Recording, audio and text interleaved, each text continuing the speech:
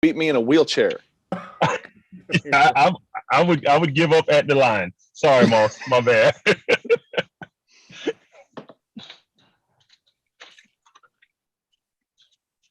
But that's what he starts. Beat me in a wheelchair. The top. Oh God. You should turn down the echo. All right. It always starts whenever we do that. It starts playing on YouTube there for me. Hey guys, we're live. TJ Knudsen here, Fort Wayne, Indiana. Will Jacobs, Chicago, Illinois. Alex Brown, you Chicago as well, right? No, I'm actually in Atlanta now. Oh, all right. Yeah, made the move about 8 months ago. What are you doing down there? Well, my son plays baseball at Mercer, so we wanted to be a little close to him. And then Texas and Illinois, I know Will know. Hey man, I don't play football no more, so I can't keep paying them taxes. I need to get up out of there. And the weather's pretty good here too, so yeah. Right. Nice. And then we got Tony Darnell, Elkhart, Indiana. No. I work in Elkhart. I don't live there. You may lose the connection on the internet here. The dial-up is strong up there. They're all one now, anyways, man. Mishawaka, Elkhart, all of it's all just together. Mm-hmm. Yeah, dial-up is real strong up there, you know. The shade is unreal. So you go, man, all day. You go 2 blocks south, you're in trouble. You go 2 blocks north, you got the Amish. I mean, that's correct. The Amish are south. Whatever. It's dangerous shit either way, man. It is. They don't just churn butter, man. They're shady. If we got any people in the audience that are Amish, I didn't mean that in a negative, derogatory. They're not watching online, man. In somebody else's van, they are. Why they don't own the van? All right, guys. Hey, listen. I wanted to bring Alex on, man. Found out. How was it? Maybe this last summer or whatever. I think we were doing a happy hour with Cassandra. Yeah. Yep. Oh yeah. I was like, hey, look up, bring it on. I was like, hey, let's go. So we connected that way. We talked for a little bit. Try to help out on some lanes and work some stuff out. But those are connections you make, and little things like for me, wrapped up in the business side of things, and obviously I grew up watching Alex, but I tell my dad, who's like a huge Bears fan, and it doesn't really hit you sometimes. He's like, oh, Alex Brown, that dude's got some paws on him.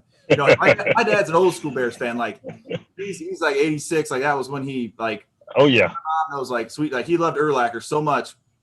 He would just yell. Like he'd be watching the game, be like Urlacher, and I'd be like, Dad, that was Tillman. He'd be like, well, where's Urlacher at then? Like he'd be going down the hallway, shoulder bump my mom into the ball. I go Urlacher. Like that's just what. That was the coaches. That was all the coaches. They did the same thing. I don't give a damn if Urlacher was if he was in the picture or not. He got credit for the tackle. It's like, how do you come up with 30 tackles in a game? Like that's how. But the thing was that team, to him and to all his buddies, his age, reminded them of that 86 team. It was a defensive based, gritty, just good enough quarterback, right? Right. To get it done. And that's what all Bears fans like. So. What are you talking about? Jim McMahon was a Hall of Famer. Oh my gosh! They put his headband in the Hall of Fame. In the video. Yeah, in the video. In the video. The Fridge was my hero, and that dude was awesome. Oh man, Fridge was unbelievable. That jump, especially at that time, right? Yeah. Oh yeah, especially at that time, you didn't see people that big moving like that. So nobody moved like that. Nobody. You look at nowadays with like everything that happens is on video, right? Or they're putting it out there. And somebody was talking about that the other day. Like if Sweetness would have had that, like because you hear stories about the shit he did, running up sand hills with logs on his back, and training he did and stuff. Like, I mean, that was like some of the stuff like you'd seen, like Fridge, all those guys. Like they would have been way more famous or liked if people would have seen that stuff. Absolutely. I mean, I think all of those guys. I mean, they got a little bit of it when Jerry Rice was doing it, and he started to kind of document his whole regimen of what he did. And a lot of guys went up there. Younger guys like T.O., he would go up there and do it. So it was kind of that Jerry workout. Sweetness had a crazy workout, and I wish a lot of guys would have had a chance to do it with him, and they could have documented it. It would have been really cool. Matt Forte would do one that had something to do with a heel pulling a sled with 100 pounds on it. Like, you wonder why guys are good. That's why. What up? Check me out. I was at the gym one day and I'm doing my little lift, trying to get it in.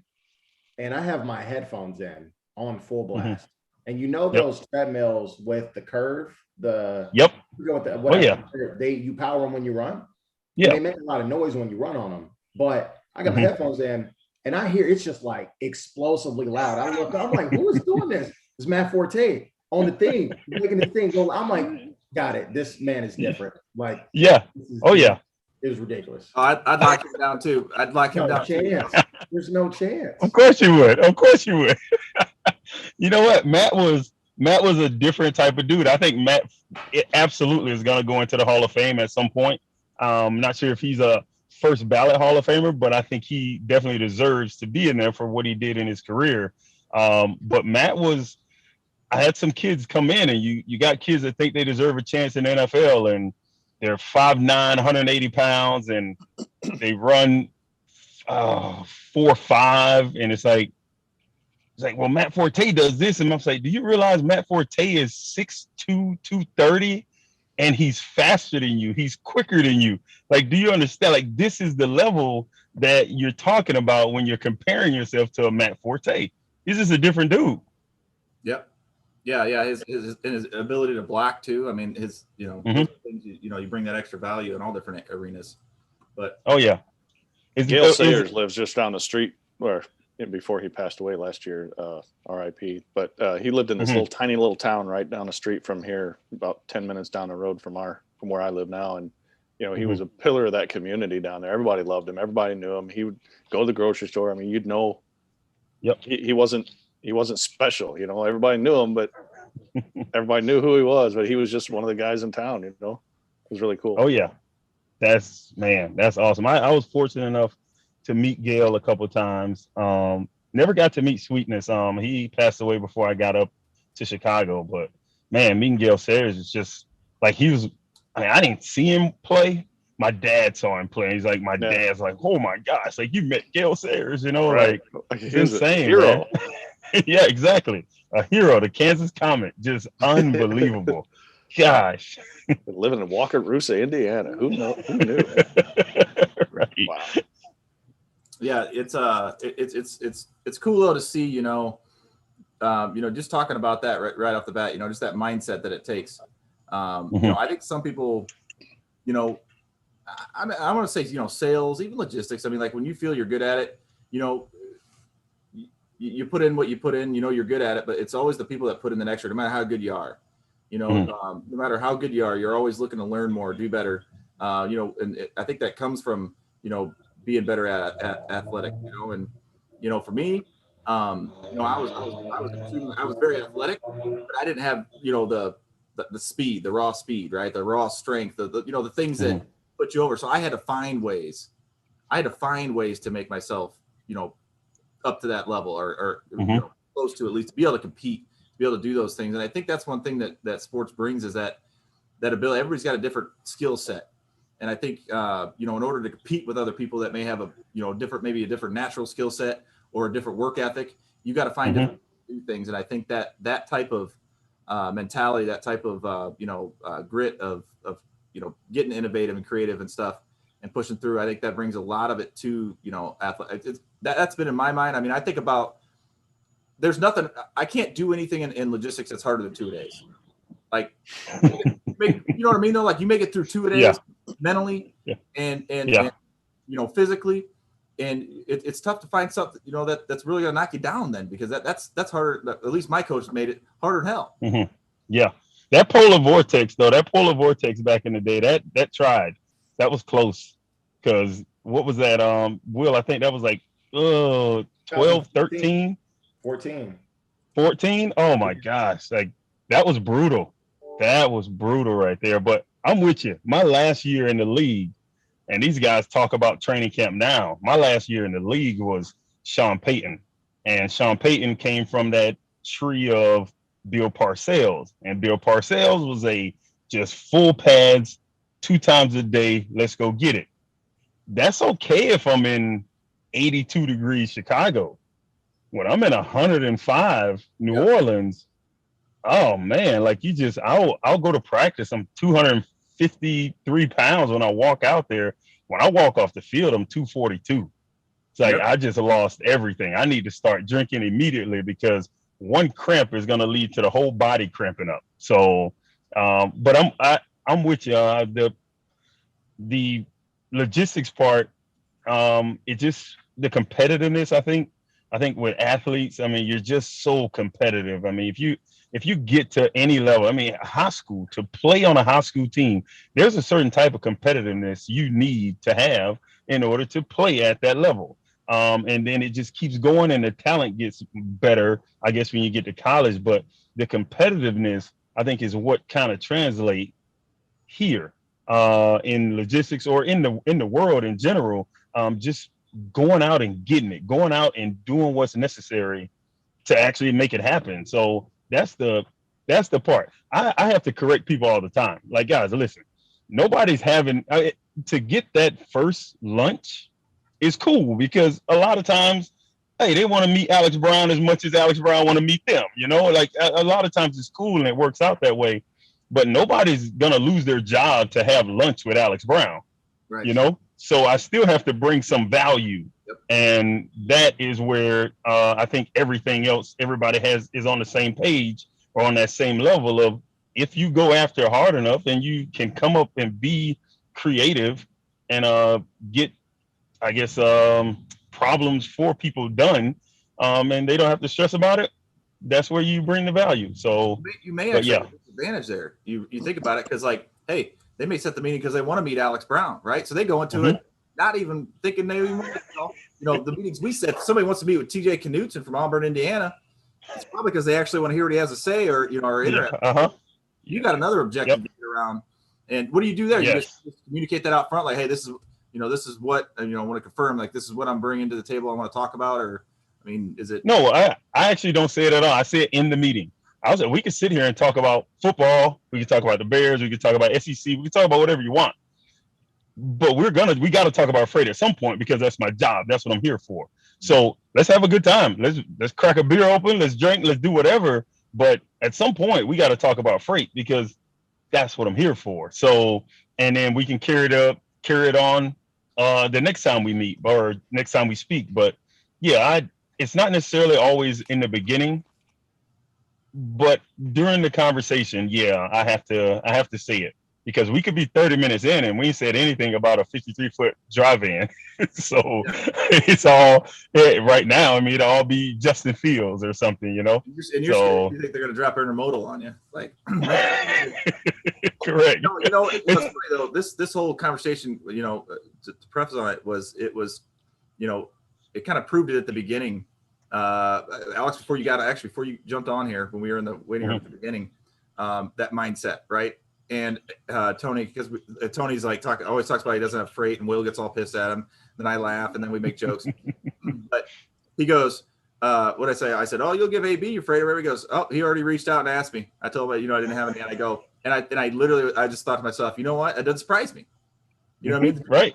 Dude's out grinding, man. Like, you know, you got one speed, you know what you got to do. And if you're going to you get to that, the other thing is like, once you get to that point where you put the work in and you put in the time and you get pride in that, right? And that's all you know. And you're not going to do anything different. I mean, like, you take pride in the fact that you've been able to do that and you want to go replicate that somewhere else. And the biggest thing is, I think, whether we've talked about this before, but selling yourself, right? I mean, at the end of the day, people want to work with, you know, obviously we talked about trust, communication, everything. People work with somebody they like, and, you know, somebody they know, that, you know, because they've got an idea of who the heck you are. I mean, that's why that, you know, you look at Facebook Marketplace, basically ran Craigslist out of business because you could go check the person's profile before you met them to get something, right? Like, they want to know even what they look like or anything like that. It's just little things. And so whether it's being you know, an NFL football player beforehand, or whether it's being on LinkedIn and being on a podcast beforehand, you've sold yourself at that point to where they know you, they're willing to talk with you about things. And I think that's so important. So whether it's, you know, you got your exposure from professional sports, whether you got it from networking, whether you got it from, experience or just, being around the industry, whatever it is, it's so valuable. And if you want that extra little bit of push, I found in the last 12 months, it's been unbelievable how much that does actually help. Mm-hmm. What are your thoughts, Tony? What are you seeing, Tony? Hey, we're all athletes here. Some of mine was 1986 in the summer league there. But, I left out the I love that picture. That picture was awesome. I left out the article about your goal you scored, though. Now, this is a for real story about that goal. That goal was an accident. I played center midfield, right? The guy that runs the most on the stupid field. And I was a glutton for punishment because I put in the work. I put in the work because I wasn't very good. So I volunteered for the crappiest position, which is center midfield. You play offense, you play defense, you play specialty, whatever. In soccer, it's running. You just run the whole game. You just run. Yep. And I was we had a Brazilian exchange student and a good friend of mine who had really good ball control skills and footwork. And these guys were the scorers. They were the strikers. And my job was to get it to them. My job was to get it to them, stop it from getting past me. If they got past me, the defense was there. The defense would get it to me and I'd get it to them. And I was passing the ball straight up to them. And back then the nets were down. They were the triangle. There was the goal, and then the net went from the top of the goal all the way down to the ground instead of out and down like you see on TV now. I've never seen this thing you're talking about. Anyway, so this was in the 80s. They've got it's etched on like a tablet. We had stone tablets. So I kicked the ball, and we're on a shortened field, and I kicked the ball, and I tried to put it up in the penalty box for my guys to go up and do their thing, right? And it slid right down behind the goalie's hands and right down the back of the net, and it was a complete accident, and everybody thought it was like the goal of the year. And I was like, I totally intended to do that, you guys. That's right. You got to take credit for that. Absolutely. It was glory. But you came in. Absolutely. But you came in and said, I want to play, right? I worked hard. People that say, if I don't get to play this, I'm not playing, right? If I don't get to work this job, I'm not working at, or I'm not doing this. Right. But you came in, and then you accepted your role. So this is what my role is. But it's going to get me to where I want to be, and that's playing. And that's little things like that, I didn't have the natural ability, so I had to work harder than everybody else. Yep. I had to work harder than everybody else because I wasn't very good at it. So I went and became a licensed referee as well. I want to learn the game. I want to know the game. So now I coach it. I have a referee, and I can play a little bit. So when it's those skills, that passion, that hunger, that drive, that desire that can make you successful in something else. Right. That's how we get into freight. That's why athletes, in my opinion, are really good in freight, because freight's hard work. Nothing about freight. You're gonna any get your kind ass of freight kicked, is easy. You gotta go. You're gonna get your ass kicked in freight, man. You gotta go home, ice yourself down, come in the next day, ready to be hammered again. The great thing about sports is they teach you how to lose, because you're going to lose. Yep. In life. You're going to lose. You can't get a participation trophy for getting your ass kicked. You have to lose, and you have to learn how to lose, and then you have to learn how to lose well and move forward and pick up and go back and win. In sports, you can't, excuses. Ain't nobody listening to excuses, right? What are you doing? You're sitting, you're watching film, right? That's a whole different way of losing, like a response to losing. It's not like anything else in life nowadays. You go back and you watch film and you realize what you did, what your process was, how you handled it, what you could do better the next time. You're studying things. You're studying people, your players. Like you said, Tony, your natural abilities may not be there. You got to work a little bit harder, but you can also be smarter. You play smarter too, right? And that's how I played strong safety, and one of my best friends growing up played baseball together. Jabron Knox. Jabron was faster than I was, could jump higher than me, but they called us salt and pepper back there, man, because we played off each other's strengths. I mean, I'm not lying, we did it, and we played off each other's strengths, man, and because I knew what his strengths were, he knew what mine were. Right, he knew he could drop back, turn, and pivot and run, and he knew I could come up and hit. And we played to each other's, but we played smart, and it made both of us look better, right? And if you look at that in freight, it's the same thing, especially in management, because now you're actually piecing it there. And that was on our coach too. But you're saying, hey, my strengths are here. I work well with this. This person does this well. You're piecing things together because it's a constant flow. Just like in a sports event, that you got to be able to think quick, make a decision, and make each other look better. Sports are a great thing for all business, because you got to learn how to win. You got to learn how to lose. You got to learn how to work on a team. You got to work with people you don't like. You got to work with people who aren't good at their position or their job or their skill. You got to work with people who are great and way beyond your capacity. and you have to be able to function in all of those environments. And that is a very translatable skill, especially to freight. Totally. I think something that's extremely important, a lesson I learned in sports in general, in any sport I ever played, football, wrestling, track, whatever it might be, is that it's going to teach you how to battle adversity. And you have to come back to the table with the same level of enthusiasm you had before you got your ass kicked. If you want to be successful, you're not always going to win. There are going to be games where you get outplayed. There are going to be opportunities that you mess up, things that don't go the way that you want them to go. And if you want to succeed long term, you have to come with the same level of passion and intensity every single day. Practice, whether you're showing up to a meeting, you're showing up day one for a new job and training, you want to soak in what you got to soak in. If you understand that you're going to have your ups and downs, and you've been taught that for years, that everything's not going to go your way, but you still got to bring the heat, there's no better attribute to have, because eventually you will figure it out. It's probably my favorite thing about transportation, because it's such a blue collar industry where if you're just willing to have the work ethic to put the work in, and you don't have a problem putting your head down and busting your ass for years until you figure it out, you'll be successful. And so I 100% attribute that to sports and all the adversity that I faced for years, because it's nothing new. You're like, okay, cool, got it. This sounds like something I had to deal with when I was playing the game. And you learn how to, I think in sports too, yeah, you learn how to lose, but you also learn how to win. I mean, you hear people say all the time, hey, act like you've been there before. You know what I mean? And I think it's pushed into your brain, because it's like, everybody loves Friday night, right? And we all knew in football that, you were the dudes that only were playing because of Friday night, right? Put on that clean jersey. The only problem is at the end of the game, it was still clean. So, but what you learned was that, hey, it took 5 days of practice leading up to that. 5 days of nobody looking at you, nobody knowing who you were, you getting dirty, getting hurt, to get to that, right? It's the same thing, hey, everybody wants that bonus check, right? Everybody wants that money. You can see it's there, right? Everybody wants that, but what's it take behind the scenes? How long does it take to get to that? And once you do get it, how do you handle it, right? Are you satisfied? Do you continue to grow? Do you continue to develop? I mean, sports, you just look at sports examples. Tiger Woods has always had a coach. Michael Jordan always worked with people. Like these guys had coaches, and they were at the top of their absolute game. And it's a constant development that you see. Nobody in sports is ever like, all right, Tom Brady or whatever, he's so good that, we're just done with him. Hey, he's retiring. He's done because he's that good. There's no end to it, right? But as many Super Bowls as you freaking can, right? And that's the same thing in this industry. There's no end to it if you just keep learning. Because the challenges change, right? So, I mean, like we come in every day. We come in on a Tuesday. The challenges could be a little different than they were on that Monday. So it's just like what you're saying, what Will is saying, what Tony's saying, just being like, you're in it. Like you can come back the next day, even after you get your ass whooped, you come back the next day and you got to beat me again, because I'm coming with a new set of tools here. I'm not just coming with the same thing. I'm gonna come with a different idea.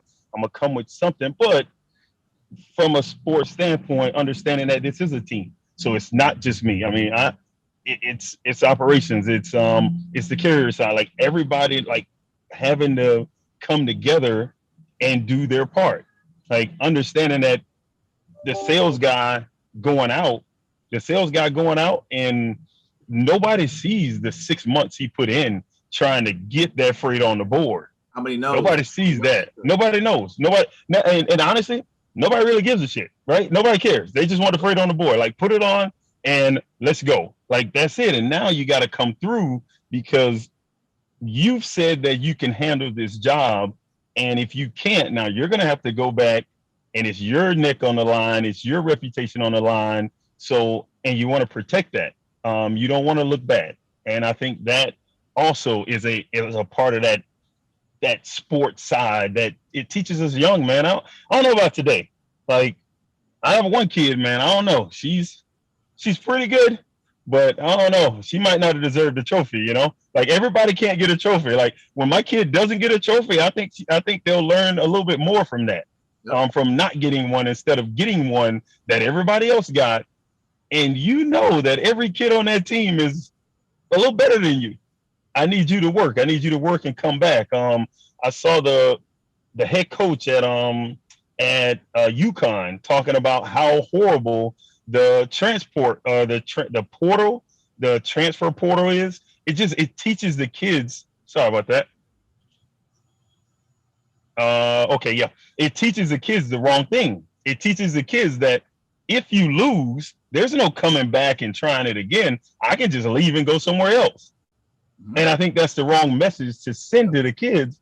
But when they see somebody like Burrow, where he leaves Ohio State, goes to LSU, and it works, or it pans out, he wins the Heisman, wins the national title, well, they think that's the way. And it's just, you're just running away from challenges, or you're not being hardened, those calluses on by losing, and it's just making you tougher. Like, we don't have that as much as we did back in the day. Yeah. Yeah. And it also teaches you the importance of making decisions, big decisions, and taking them seriously and stuff. Hey, if you can't transfer because you didn't make it, that decision on where you're going to go to college is extremely important. I've always kind of even said that in like, you listen to a lot of people talk about how, college players want paid for, the merchandise and stuff, right? That, that's a kind of a big thing. Like they could have their name on a jersey, right? And they could sell, they don't get any money out of that or whatever, video games, all that stuff. But, I get it to a certain point, but like, you're getting free college, man. Like, I worked my ass off to get a quarter scholarship, and that only lasted a year. You know what I mean? And I got 3 other years plus grad school to pay off. And I get it, but at the same time, it does, like, hey, there's a goal to get to, right? You don't win a trophy. You know what the goal is. You want to win that trophy next year, right? When you go into college, you kind of come in knowing, hey, my goal is to get to the NFL. That's where I get paid on that stuff. That's how I can get paid, because I'm in college. That's a professional thing, right? If I do an internship or an externship in college, it's a learning thing because I'm in college. I'm not getting paid for it. You know what I mean? I get paid for the job, and I'm a professional. You know what I mean? And so that type of thing too, that same thing, that mentality or whatever that sports brings. I agree with you on the transfer portal. I think it takes hey, and you know what? If you made the wrong decision and you think it's the right one to leave, it's a tough one to make because you got to sit out a year now, right? Not anymore. Right. But not anymore. They don't. Right. Yeah. But I'm saying that's what it used to be. It used to be, hey, correct. This is important. Now it's like, well, it's not that important. If I get that, I'll start. I'll just move on. Yep. And what that does is that gets all that publicity and attention. And some other dude that was there and put in 3 years, worked his ass off, and you transfer in because you got all this publicity around you. You automatically get the starting job because if you don't, the PR looks bad on it, and now it just snowballs. It could kill your culture. I'm with you as long as the coach has to do it too. Yes. The coach there has to be something for the coaches. I'm with you, Tony, because the coach, I'm here in South Carolina right now, and Greenville, South Carolina, and down the road is a guy, Dabo Swinney. Dabo Swinney gets paid upwards of $5, $6, $7 million a year, and he ain't hitting anybody. Okay, you can't tell me that a $35,000 scholarship a year is the same when he's not taking any of that punishment. And most of those kids will not make it to the NFL. You know what I mean? Most of them will not make it, and they still got that punishment on their body, and they're going to have to deal with that when they're 45, 50, 60 years old. So I think players should get paid. I think the NCAA they need to regulate it and have a plan in place. But yeah, if coaches get paid so much, the players got to get something. That's scholarship. But again, that coach now is in a professional, in a, like, that's why they call it the professional, National Football League. That's professional football, right? And now he's not college though. That's his career, right? He's signing, W-2s. He's paying taxes. He's doing all this other stuff. As a collegiate athlete, you're going in signing up for that, right? Now, if you want to make it where, you don't have to play 4 years in football at the collegiate level, that's one thing, right?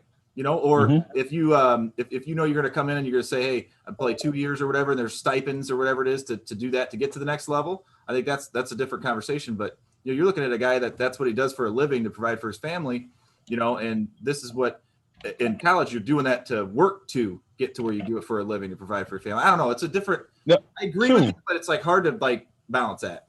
But they're just not allowing the kids to just play. They're not allowing the kids to just go to college. When we look at ESPN or we look at SEC Network, these are huge billion-dollar companies, and they're making money by playing commercials of these kids. And that's why, like, they're using these kids. What is it? Their likeness, right? So if they're getting paid off of it, why shouldn't the kids? Like, the kids should get something from it, because they're not just allowing the kids to just go to school and to just play football or basketball or whatever that sport is. So I agree, but it needs to be applied so weird. Like when I was at Purdue, it was Mike Allstott. We were selling number 40 jerseys like that. You couldn't keep them on the shelf, but now they sell 15 jerseys because Drew Brees. But you know what? Mike Allstott wasn't very good without a line. Mike Allstott wasn't very good without a quarterback that could sometimes throw the ball. His name was Rick Trefsker. You ever heard of that guy? No. Nope. Billy Dickens. You know, we had guys out there. In my opinion, here's the deal. The media didn't help it, right? And there's a lot of people making money off of this. I think it's a great point. But I think what it should be is, hey, if you're going to make money off this, it's going to go X percent of that is going to go into a stipend fund or whatever it is for the football program, for this program, for that program. Now you can spread the wealth, because yes, you know what, the guy that the star receiver is going to make he's going to make the news more. But you may have a first round draft pick at offensive lineman who experts know is better, but nobody else does. So the jerseys may not be selling for him. Here's the thing: push it back into like the program. If you want to do it right, the program's getting the money. The programs are getting the money. They're getting taken care of. If you look that's a stipend program where it's the kid designated. But I think if you looked at it and said, okay, I'll use a controversial example, but it's true. Johnny Manziel, the biggest name in college football for the time that he was there. The man could be on whatever magazine he wanted to be on. Johnny Football, everybody loves him. I don't think you can pay players through the school. I think you have to allow them to pursue avenues to make money. And if a player can make more money because of their likeness, you shouldn't stop them. So if Johnny Manziel wants to sell autographs and sell jerseys and whatnot, let him do it, because he might break his leg next game and never make it to the league. And then he's never getting any money, right? It's really hard to put a number and quantify and say, what do you pay the backup O-lineman versus what do you pay the star receiver? But if these kids can find a way to be fruitful, because most of the time they can't even go get a job because there's no time, and also the school won't let them. So they can't even go make money for themselves outside of having their scholarship. If you want to let them go make money, let them go make money. But they got to do it on their own. It would be my take on it, 100%. That'd be really tough though, Will, because you have boosters out there. So for us, for the University of Florida, the big time people are like the Bull Gators, and you have them out there. And if they want you to come to their restaurant and you're going to sit there and sign autographs, well, it has to be a number. Like, there has to be, you go in and you sign autographs for an hour, you can't get paid $10,000. Like, that's like, you go in, there's a number. And then I've heard a couple ideas. If you make all SEC, if you make all Big Ten, that's all conference is like one level of pay that a player would get. And then if you make all American and you make consensus All American, like, those are levels of play that I think you could regulate it in that sense. But just allowing the player to go do it on his own, I don't think Tebow would have done it. Tebow's such a great guy. I don't think he would have done it. But Alex Brown at Florida, I'd have been making $50,000 a week. I'm telling you, I'd have went everywhere. Any free time, I'm going and I'm making $5,000 here, $5,000 there to stand by a guy at the barber shop or something. Like, it didn't matter. So I've talked about that before too, but I feel like here's my deal with it. It's just like, the reason I'm against it a little bit is because just giving them money, I feel like when people start getting paid like that, their desire to become better or whatever it is, it just kind of goes down. You see in the pros all the time, right? Guys get money and then they don't know how to use it, whatever. If you want to, at the collegiate level, if you want to provide resources, right? So like if they have to do it themselves, the college provides, basically like agents almost, in which it's almost like educational thing in which, hey, this is how you can make money. This is how you would do it. Now, here's how you would balance that with your football schedule, right? Here's how you balance that with your school schedule. I'll set up the meetings. I'll get it run. And here's how it works. Here's the finances of it. Here's how much you can make doing this. Here's how much you can make doing that. I've had success doing this, doing that, right? And it's like they're actually learning like even the business of it, on top of, having the resources and get paid for it. And I think that, that money, like I said, that the program should get paid, it's got to be designated like a stipend. Like it's not just like the program gets paid. It's like, hey, this has to go to the players. Get creative on how you want to do it, right? Whether it's setting up, whether it's taking that money and they don't get paid during college and it's putting it into like a some sort of investment fund or something like that can work towards what they want to do or whatever it is, and they get that when they're done, maybe an incentive, whatever it is, something like that, in which it's not just, hey, here's 50 grand, now the dude's out partying, he's in college, he's not necessarily learned to make the good decisions yet, and now you lose him. So I don't know. I think there's got to be a balance to it. I think it's got to be way more strategic than what people kind of come up with on it. Mm-hmm. I don't know. That's a going conversation for sure. Definitely is. Hey, it's the same conversation you have in logistics. We sit down every day and say, hey, how do we get these guys paid? Right? Yep. How do we get them paid for what their work is? They're looking at, hey, I get X amount of the gross profit that comes in. Man, all the rest goes to the company. Like I'm making the company this much and I'm only getting paid this. Right? So understanding like how to explain things and where that money goes and what it does and when to have incentives, right? Some spiffs, some things they can work towards to get more on that, but still get them paid and make sure that they're the culture's there. That's what you don't want to lose. That culture is the biggest thing. Mm-hmm. Will, what do you think on that? Paying people? Yeah. So, in my opinion, I think you gotta align your incentives with the work that you want to see people do. So you should incentivize people for how your business operates, right? If you are looking to see people manage a particular subset of business and do it at a particular clip, that's what you should incentivize them for, because their activities that they're doing on a daily basis should be aligned with their expectations of what you want to see them do. If those two things are aligned, it's very challenging for someone to go, okay, I'm going to go do XYZ thing for Tony, but I'm not incentivized to do that, right? I don't get compensated in line with those things that you're asking of me. So I think it's very important to align the expectations you have for people in every role. It's different in every single role. If it's a carrier sales role, if it's an operations role, account management, customer facing sales, all those have different expectations. It's very important to align your incentives with the expectations you have, because then you get the results that you want. If those two things are aligned, it's very challenging for someone to go out and do their job well, because their comp isn't aligned with the expectations they have. And sometimes that comp is aligned with your expectations for them, but that comp's not aligned with what their expectations are. So explaining it is so big. Like, walk around, man, go to any logistics company, say, hey, do you really know your commission structure in and out? Do you know why you're paid this? I always used to get, like, I would explain things down to like the business aspect of it, like what the owners would think of it, hey, well, I would do that, but like, I don't get paid to do that. I don't get paid to do that. I'm thinking, well, hang on a second now. You're paid a salary, right? Now, you're talking about bonus check, right? Like, yeah, okay, yeah, the margin, whatever it is, that's going to make you money on that. That's fine. If you want to be paid just a bonus, that's fine. If we'll pay you just a bonus, just commission, and you can do just those tasks. But that salary, what that brings in is those tasks that need done to sustain the business, right? Mm-hmm. Get them to understand that, hey, you're not getting paid for doing this, but if you don't do it, you may lose stuff down the road because of it. And also you're paid a salary, right? We're paid a salary just to have your name on a piece of paper.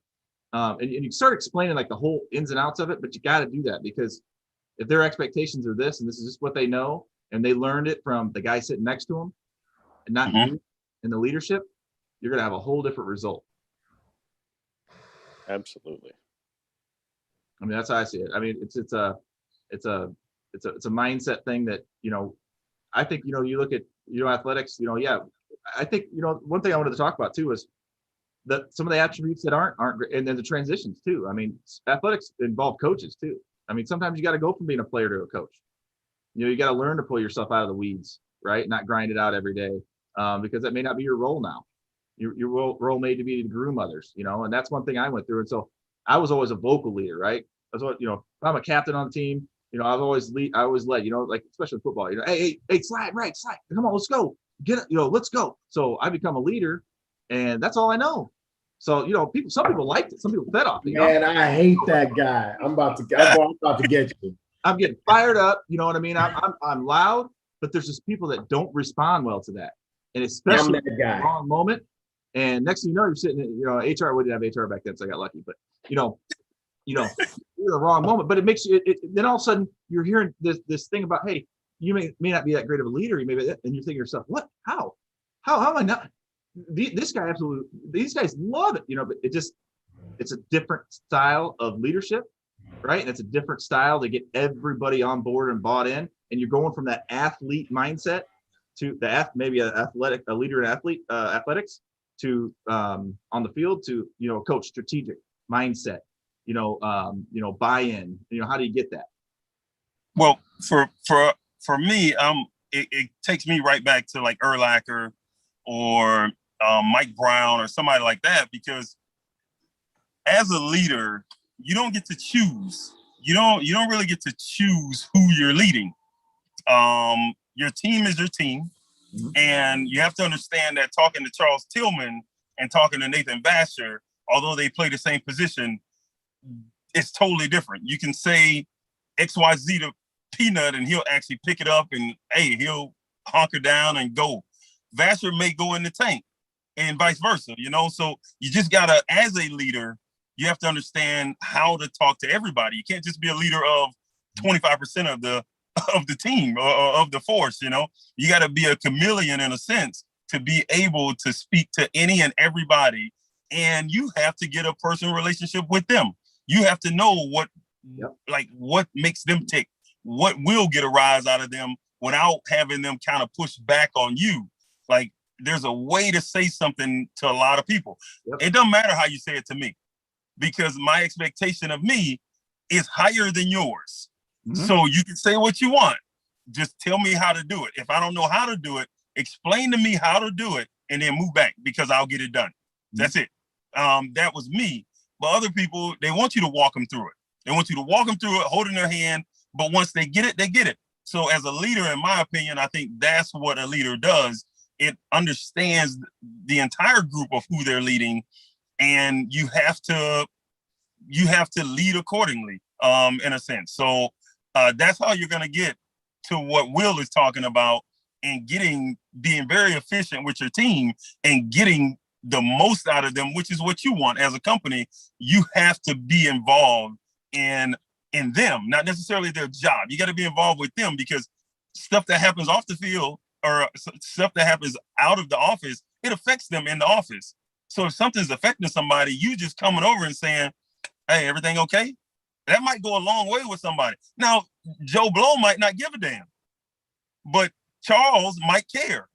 That might be like, man, he really do care, like this is, and make him like feel a little better about his situation and the situation that he's in. So I don't know. I think a leader has to be a lot of different things, and it's very tough. And it's just that they don't have many leaders. And I say this all the time. The work is easy, but the people are hard. And the hard part about leading people is they have baggage. They have problems outside of work. They have stuff that they bring in, family members that get sick and die, spouses or kids with cancer. And they got to come to work and perform at a high level. And you got to have that expectation of them, regardless of the situation that they're dealing with.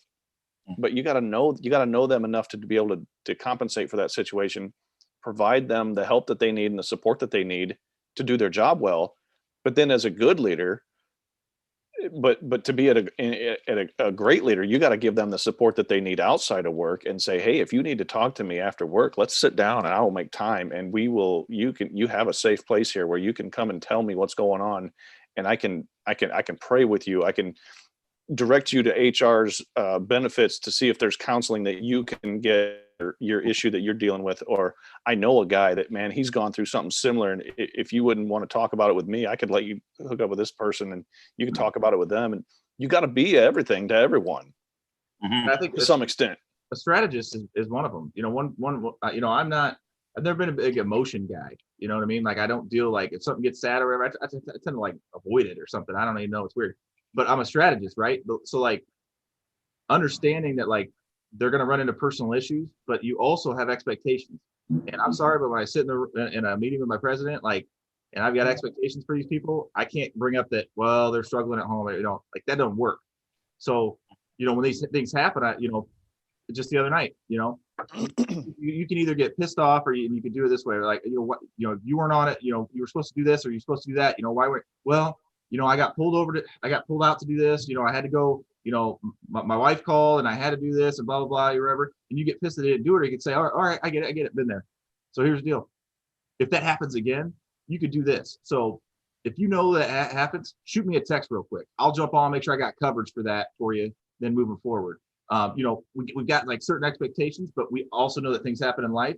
So if you do it this way, you've got help, you've got resources around you, and you kind of give them like a strategy on like, hey, go deal with like your personal life or whatever. But here's a quick step for next time to take in order to not have the ball dropped and have it come back on you. Because now you got a personal issue and a professional issue, and you'd rather stay around that. So you're more coaching rather than and kind of strategizing rather than like getting on them for not doing something. You know what I mean? Like, yeah, hey, that's exactly what I was saying. If you can't get on, let me know, and I will jump in, or I'll at least find somebody to help you out. You gotta let me know next. So you do that, we'll take care of you. You go do your thing. So you're still telling them that like you don't want them to not do it and deal with their personal life, but you're also giving them a way to still do it correctly.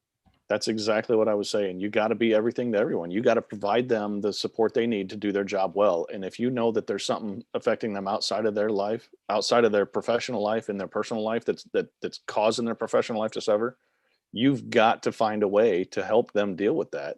Otherwise, you're not providing a solution. Our job in leadership is to provide a solution.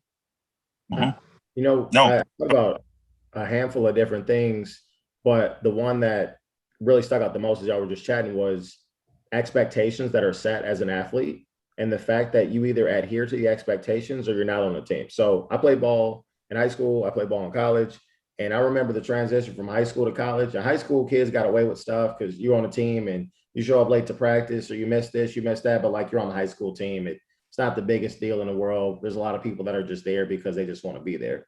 You get to college and you show up to practice 30 seconds late and you're running for a long time, right? And like you get like one strike and then you're getting cut. Like there's no boundary for that. Like this is it, right? And so I had to learn in my professional career how to scale that back, because not everybody is used to that level of intensity. Not everybody is used to adhering to those particular expectations. Like Alex said earlier, he holds himself to a particular standard, and that's based on everything he's done up to this point in his life. So if he takes on something, he's going to take it on completely. You don't got to worry about him. He's going to go do this thing, right?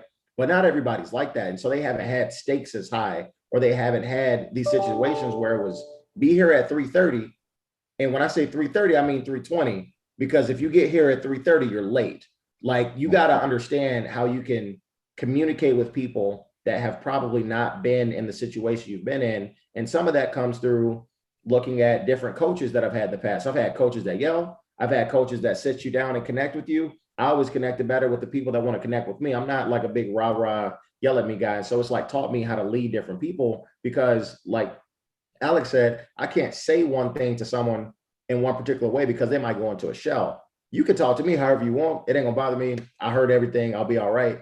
But you got to understand how to read that spectrum of emotions and how different people react to stuff. So there's just so much that I never really thought about it, but all those situations being in sports just teaches you how to handle those interpersonal relationships.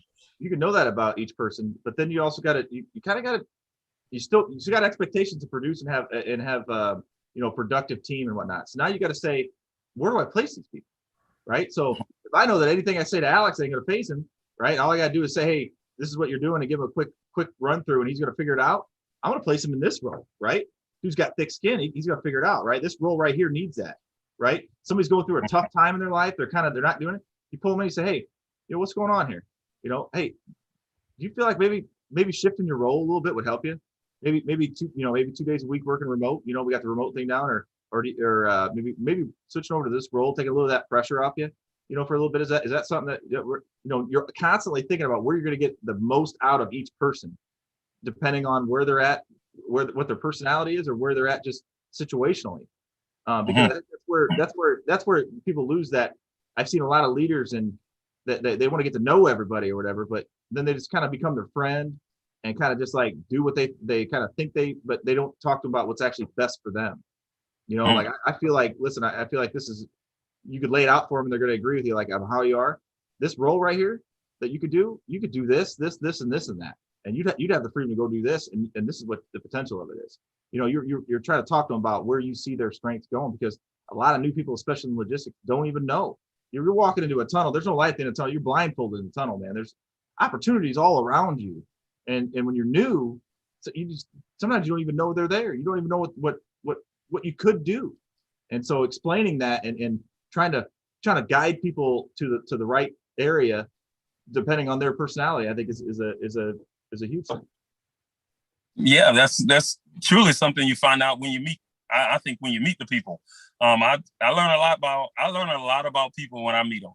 I study people. I look at them. I mean, I listen to exactly what they're saying, and I make my judgments. And I know we shouldn't judge a book by its cover and all that garbage, but we do. Like if you come out and you come to you go to a first meeting and you're in sweatpants and a cutoff t-shirt, you're gonna be judged. That you're not professional, like you're not this, you're not that. Like it's just it happens all the time. So I think we learn that in the beginning, and then we have to, as if you're an owner of a company, you got to make sure you're bringing in the right people with the right makeup, like the right foundation for your particular company. Because if they don't have it, then they don't have it. But you had that foundation. They gave you the foundation of things that most of your employees have. They had it. It just didn't work out that way. Now, when I got to the league, it was Ted Washington. Ted Washington at that time was the biggest human being I'd ever seen in my life. At least I thought he was. I mean, as I played with him a little bit, as I played alongside him a little bit, like he wasn't that big, all right? He was a big dude, but he wasn't the biggest human being ever. But Ted Washington, I'm telling you, like my locker was right beside his. He says to me one day after practice, "Rookie, listen, you're not here to make friends. If you make friends, great. We're here to win. If we don't win, we all gonna be gone." Mm-hmm. So if you come out with that, like we have to make this work somehow, somewhere or another. And TJ, I loved what you said because I went through that situation not long ago. And you're talking to your team, you're like, listen, I understand things go on. Mm-hmm. But when I'm trying to do my best to kind of allow you to do your job, do your thing, when you're not there, you have to let me know. Mm-hmm. So then I can pick up the slack there. Like there are ways, there are absolutely different solutions for every snenario.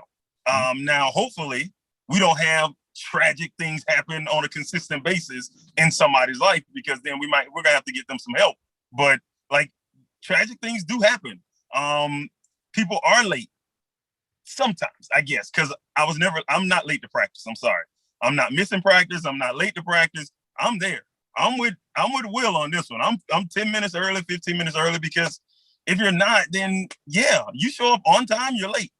I ain't gonna lie to you. I still wake up in the middle of the night thinking I was late for practice. I'll be like, oh man, I missed practice. Like, yeah, those dreams. You can't be late to practice. You just can't do it. It's not an option. Yeah, Will, I got people ask me, "Hey, Alice, what would happen if you missed the practice?" Well, shit, I don't know. Like, I've never even thought about missing practice. Like, just skipping? No way. Come on. Like, I've never even thought about it. But you had that again. You had it laid out ahead of time. So, I just talked with Megan Reed tonight. We were talking about something. And I said, you had that conversation, and I had it with one of the employees. I said, listen, here's the opportunity out in front of you. You can go get it, right? But here's the deal. If it doesn't happen, I got to take you off the team. We got to put you on another team. But here's the deal. I'm going to lay out exactly how you succeed. I'm going to give you every resource you can have. I'm going to be your biggest family right behind you. That way I know if you don't make it, that it's not, that's, I didn't drop the ball anywhere. I'm going to give you everything I can. But if you don't make it, then and you don't put in the effort, then we will have to remove you. So they already know ahead of time, like, hey, it's going to happen. I'm going to give you everything I can to get you there. But there is a consequence to not doing not consequence, but, a negative, side effect to not doing what is asked of you and what the expectations are, because they say, hey, facts don't have feelings, numbers don't have feelings. At the end of the day, in a business, when you're at management level, you got to balance that with you got to balance that, right? Because people have feelings, but numbers, they don't, right? And business owners, they don't. Well, business do, but like, the actual side business does not. How do you balance that? They do want to see that bottom line. They want to see the bottom line. Now, what you said about the guy trying, like if I lay out everything for you and you're doing everything you can to make it work, and you just can't make it work, maybe I can find another place Right. for you Right. on this team. But if you're half-stepping, you're half-assing, you're coming in late, not staying a little later, if you know you're not getting it and you're still not staying later to try to work on it, well, then this might not be for you. But if you're giving everything you got and some, there is a place for you here. It's just not this particular job. That's going to be in your expectations too. They're not just what your job needs to be. It's hey, these expectations are also this. Once you start failing at this, I'm going to lay out, that hey, when you show up, how many hours you put in, what you can do extra to do this or whatever. Now, if you don't start doing that, then you can lay out, after evaluations, it's just now you can really get an idea of it. But you're expressing that ahead of time. Hey, if this doesn't happen, this is where we go with it. I can lead you to water. I can't make you drink. Yep. Amen. You lead Tony to internet, but you can't make it work. Absolutely. Well, hey guys, listen. I know Tony and Will got a roll, and I do too. Yep, me too. Yep, just got a text from the wife here. But hey, Alex, thanks for coming on, man. Alex, thanks for coming on, man. Absolutely. Anytime, man. We need to do it again, man. When I got more time, I mean, I got a baseball game to go to. The Southern Conference, go Mercer Bears. Let's go. Ready to go, man. I'm excited. But yeah, I'd love to come back on. Let's chop it up with some freight, man. It's all about networking, right? So that's right. Get a lot of good people, good guys in your corner, on your side, and you in their corners and on their side. I mean, I think things work, Yeah, we're gonna do another sales show here soon. I'm gonna get a bunch of different people in sales, even from different industries. I know that's kind of something that you're involved in. We'll love to have you on for that. But yeah, we appreciate the time, man. Always good to talk with you, and it kind of makes you realize. I know you hear this probably out, but hey, everybody's a real human being, man.